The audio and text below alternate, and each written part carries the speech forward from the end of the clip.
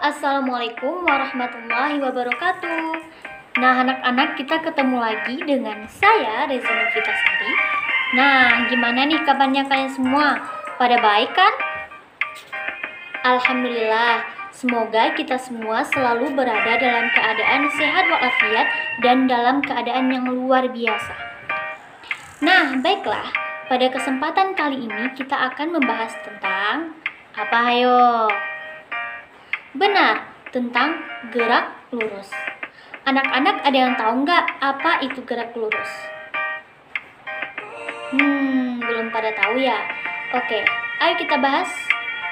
Gerak lurus adalah gerak suatu benda yang lintasannya berupa garis lurus, bukan berbelok-belok ataupun melingkar. Jadi cuman lurus aja ya lintasannya. Nah, gerak lurus ini dibagi menjadi dua macam. Yang pertama, ada gerak lurus beraturan, dan yang kedua, ada gerak lurus berubah beraturan. Oke, yang pertama kita akan membahas tentang gerak lurus beraturan atau disingkat dengan GLB.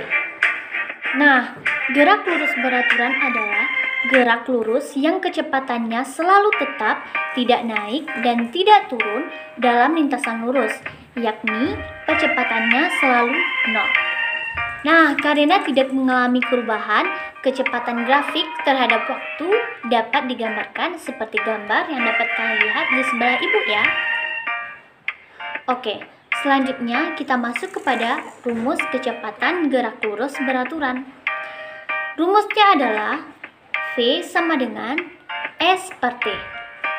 Nah, V adalah kecepatan dalam satuan meter per sekon, sedangkan S adalah perpindahan yang dilakukan oleh benda dan dapat dirumuskan dengan meter. Dan T adalah waktu tempuh benda dan selalu dilambangkan dengan sekon ataupun detik. Anak-anak, setelah kita tahu apa itu pengertian gerak lurus beraturan dan rumusnya, sekarang kita akan masuk kepada contoh pertanyaan dari GLB. Apa contohnya? Oke. Seorang pengendara mobil berkendara selama 30 menit sepanjang lintasan lurus dengan jarak 200 meter. Berapakah kecepatan dari atlet pada tersebut?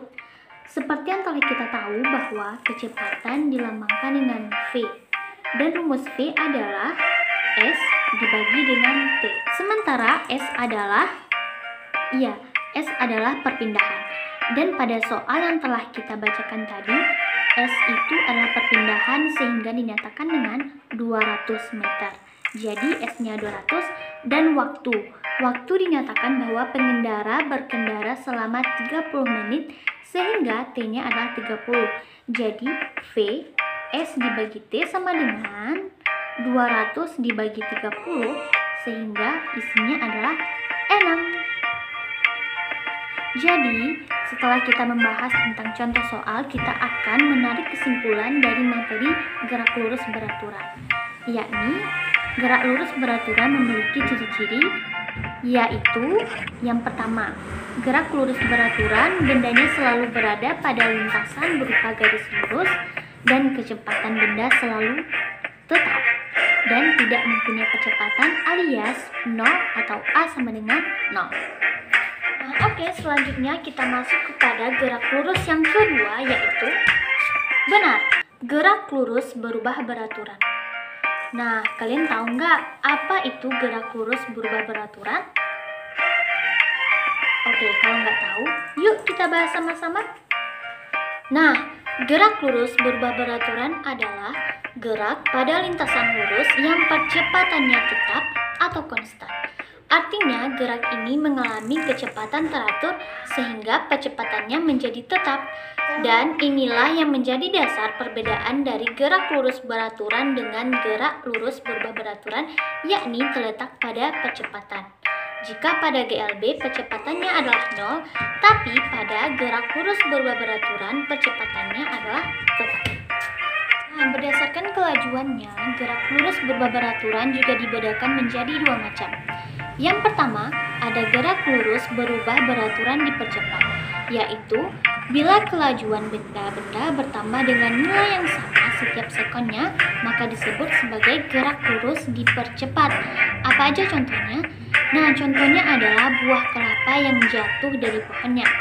Nah, yang kedua ada gerak lurus berubah beraturan diperlambat, yakni bila kelajuan benda berkurang dengan nilai yang sama setiap sekonnya, maka disebut dengan gerak lurus berubah beraturan diperlambat.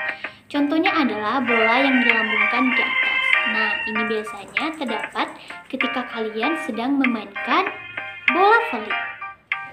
Nah, selanjutnya kita akan masuk kepada rumus gerak lurus berubah beraturan. Untuk itu, yuk kita lihat video berikut ini. Baiklah, kita lanjut kepada rumus percepatan sebuah benda dapat dihitung dengan rumus A sama dengan VT dikurang V0 per T, di mana A percepatan benda dalam satuan meter per sekon kuadrat, VT kecepatan akhir suatu benda meter per sekon, dan V0 kecepatan awal sebuah benda meter per sekon, dan T selang waktu yang di satuannya adalah sekon.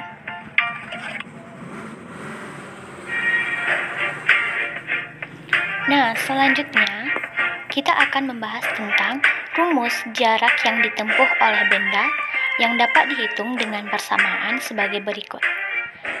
S sama dengan V0 dikali T ditambah 1/2 A dikali T kuadrat, di mana S adalah jarak yang ditempuh benda dalam meter, V0 kecepatan awal benda meter per sekon, A adalah percepatan benda meter per sekon kuadrat, dan T adalah waktu tempuh pada benda yang Nah, jadi itulah materi tentang gerak lurus beraturan dan gerak lurus berubah beraturan. Semoga anak-anak di rumah bisa paham dan cepat memahami apa yang tadi kita bahas ya. Oke, nah karena waktu kita udah habis, semoga anak-anak semua selalu berada dalam keadaan sehat walafiat dan assalamualaikum.